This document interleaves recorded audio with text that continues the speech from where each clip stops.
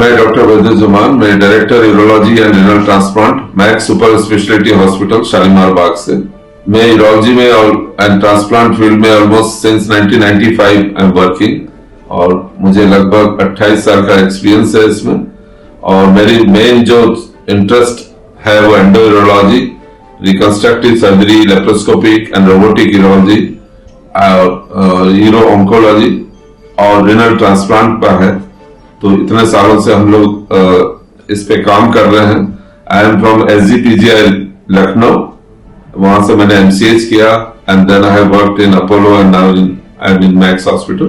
तो world incontinence day के अवसर पे मैं हमारे श्रोताओं को बताना चाहूंगा इनकॉन्टिनेंस के बारे में कि इनकॉन्टिनेंस क्या होता है। यह होता है पेशाब लीक होना। अब पेशाब का लीकेज जो होता है उसके कई कारण होते हैं, तो मूलतः देखा जाएगा तो वो है neurological and non neurological cause. Neurological cause में जैसे कि स्पाइन इंजरी हो जाती है या स्ट्रोक के केसेस होते हैं, इनमें या तो ओवर एक्टिव ब्लडर हो सकता है। ओवर एक्टिव मींस पेशाब का कंट्रोल ही नहीं कर पाना, जिसको हम अर्जेंसी अर्ज इनकॉन्टिनेंस की तरह बोलते हैं। मतलब पेशाब लगते ही तुरंत भाग के जाना होता है और पेशाब लीक हो जाता है। दूसरा कंडीशन है ओवरफ्लो इनकॉन्टिनेंस, जैसे lower motor neuron type of bladder है, उसमें ओवरफ्लो इनकॉन्टिनेंस हो सकता है, यूरिन रिटेन होके फिर ओवरफ्लो हो सकता है। इसके अलावा नॉन न्यूरोलॉजिकल कॉजेज हैं, उसमें सबसे इंपॉर्टेंट होता है BPH, प्रोस्टेट एनलार्जमेंट, और इसमें ब्लैडर आउटलेट ऑब्स्ट्रक्शन की वजह से लॉन्ग ब्लैडर इंस्टेबिलिटी आ जाती है और उसकी वजह से भी इनकॉन्टिनेंस होता है। और इरिटेटिव सिम्टम्स के तौर पे जैसे अर्जेंसी, अर्ज इनकॉन्टिनेंस, इस तरह के सिम्टम्स आते हैं। पेशाब कंट्रोल नहीं कर पाना, इसके लिए अच्छी दवाइयां उपलब्ध हैं। हम लोग यूरोडायनेमिक स्टडी करते हैं। यूरिन कल्चर और यूरोडायनेमिक स्टडी के बाद हम लोग ये डिसाइड करते हैं कि ये इन्फेक्शन की वजह से तो नहीं है। और यूरोडायनेमिक स्टडी से हमें वी कैन डॉक्यूमेंट कि ओवर एक्टिव ब्लैडर है या अंडर एक्टिव ब्लैडर है, इनकॉन्टिनेंस का क्या रीजन है, ये हमें मालूम चलता है और अकॉर्डिंगली इसका ट्रीटमेंट पॉसिबल है। इसमें कई पेशेंट ऐसे होते हैं जो यूरिन रिटेन करते हैं और उसकी वजह से इनकॉन्टिनेंस होते हैं, जैसे स्पाइनल कॉर्ड इंजरी के केसेस होते हैं। उनमें हम लोग CIC एडवाइस करते हैं, क्लीन इंटरमिटेंट कैथेटराइजेशन। दिन में 3-4 बार पेशाब की थैली को खाली किया जाता है।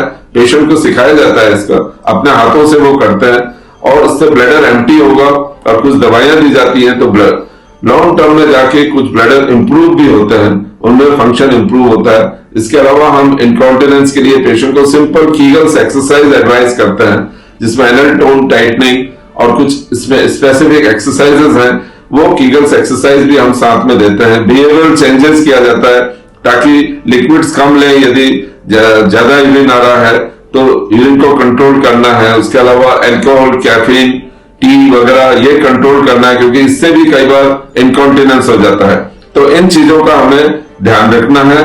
इसके अलावा अच्छे मेडिसिन अवेलेबल हैं और रेयरली इसमें ट्रीटमेंट की जरूरत पड़ती है, सर्जिकल ट्रीटमेंट। जैसे यदि प्रोस्टेट एनलार्जमेंट की वजह से यदि इनकॉन्टिनेंस हो रहा है तो उस केस में हमें प्रोस्टेट सर्जरी यदि हम करेंगे विथ मेडिसिन तो और इसको कंट्रोल कर सकते हैं इस इनकॉन्टिनेंस को।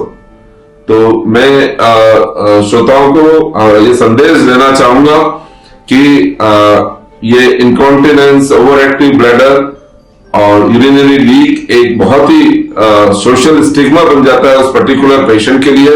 यूरिन लीक होता है, उसके आसपास कोई रह नहीं पाएगा, स्मेल आती रहेगी। पर इसको यदि हम प्रॉपरली इसको ट्रीट करें तो इसमें ट्रीटमेंट संभव है और वो नॉर्मल लाइफ लीड कर सकते हैं।